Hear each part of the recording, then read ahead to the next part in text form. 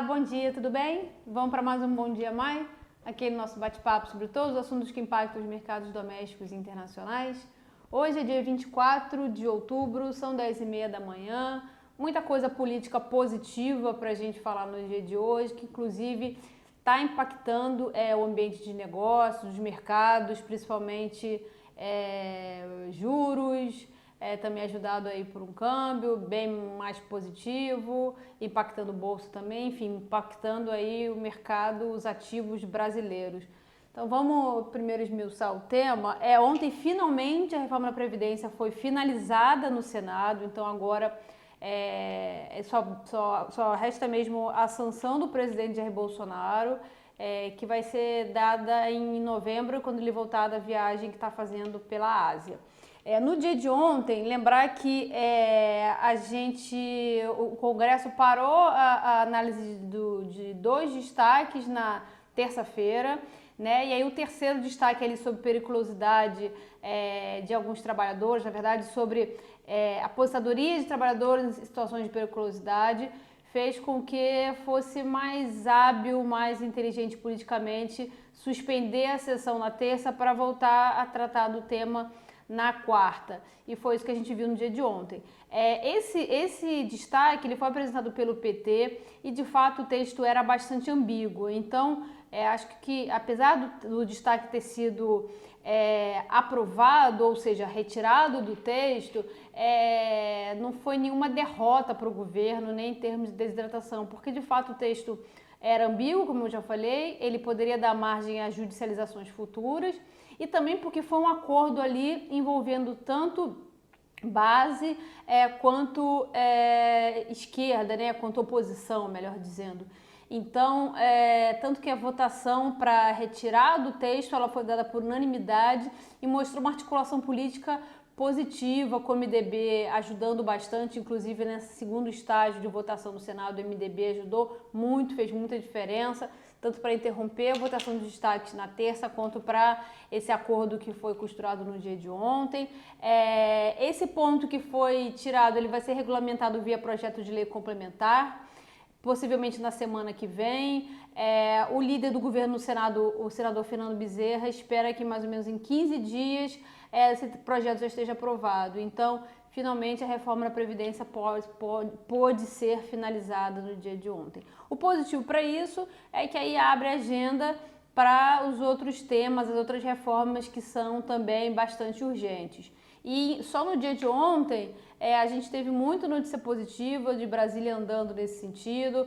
Primeiro, a PEC paralela da Previdência, que é aquela que, entre outros temas, ela coloca os estados e municípios dentro da reforma, né?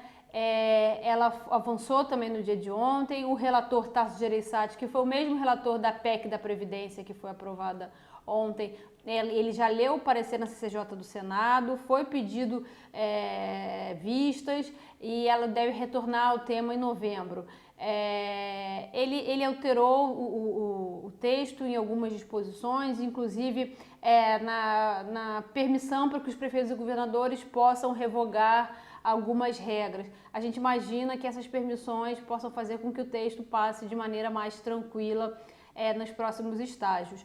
Também, ainda sobre Previdência, a reforma dos militares avançou ontem, com a aprovação do texto base na Comissão Especial da Câmara.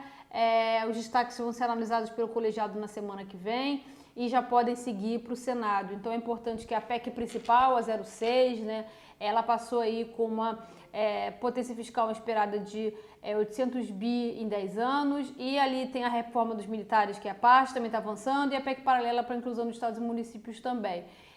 Isso tudo melhora bastante o ambiente de negócios, né, e a política fiscal do país.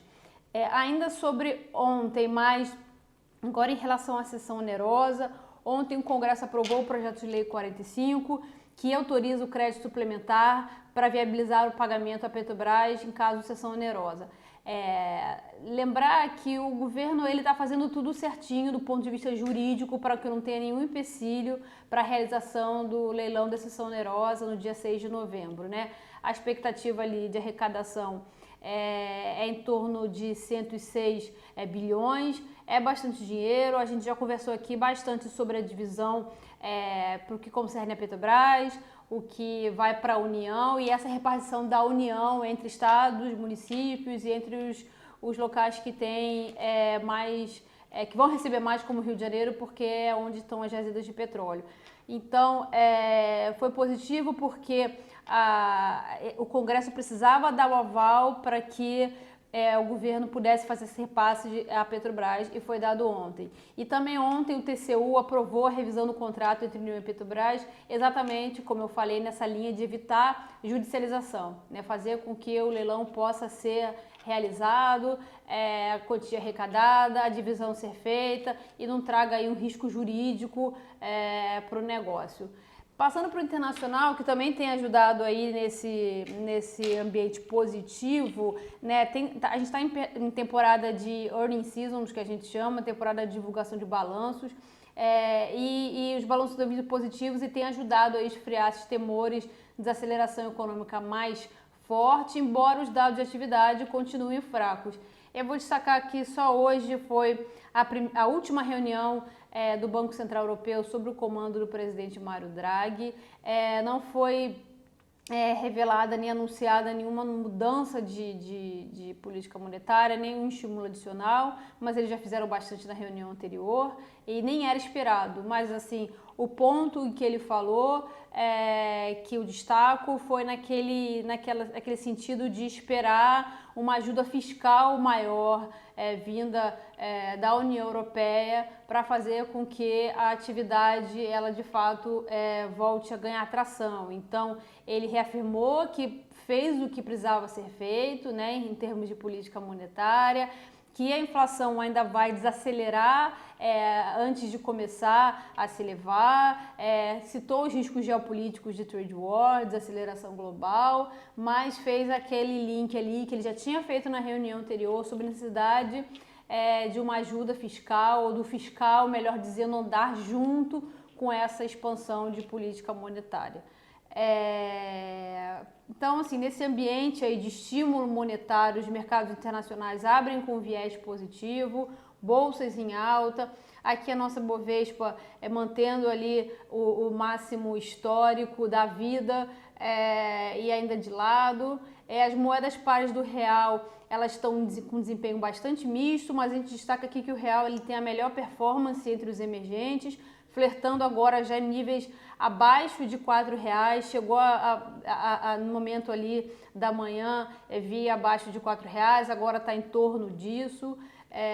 E a curva de juros apresenta mais um dia aqui bastante positivo, exatamente beneficiada pela sensação de um fiscal positivo, né? De que as contas públicas do país elas estão caminhando para um ambiente de saneamento, né? Um ambiente assim de um futuro mais sustentável, né? Um fiscal mais saudável. Então, com isso, a curva de juros ela tem fechamento e desinclinação, ou seja, os vencimentos mais longos eles estão perdendo mais taxa, né? Fechando mais taxa do que os vencimentos mais curtos. Então, ou seja, não é só um Copom aqui no curto prazo que está em vias de cair juros, e é claro que essa taxa de câmbio positiva estimula que o Copom possa continuar caindo juros, mas isso vai ser feito de forma sustentável. Então, logo ali na frente, como eu sempre falo, o Banco Central não vai precisar voltar a subir juros, ele vai poder manter os juros em nível baixo por mais tempo e historicamente, ao longo da curva, os juros vão poder ser mais baixos de maneira sustentável, porque o fiscal vai aí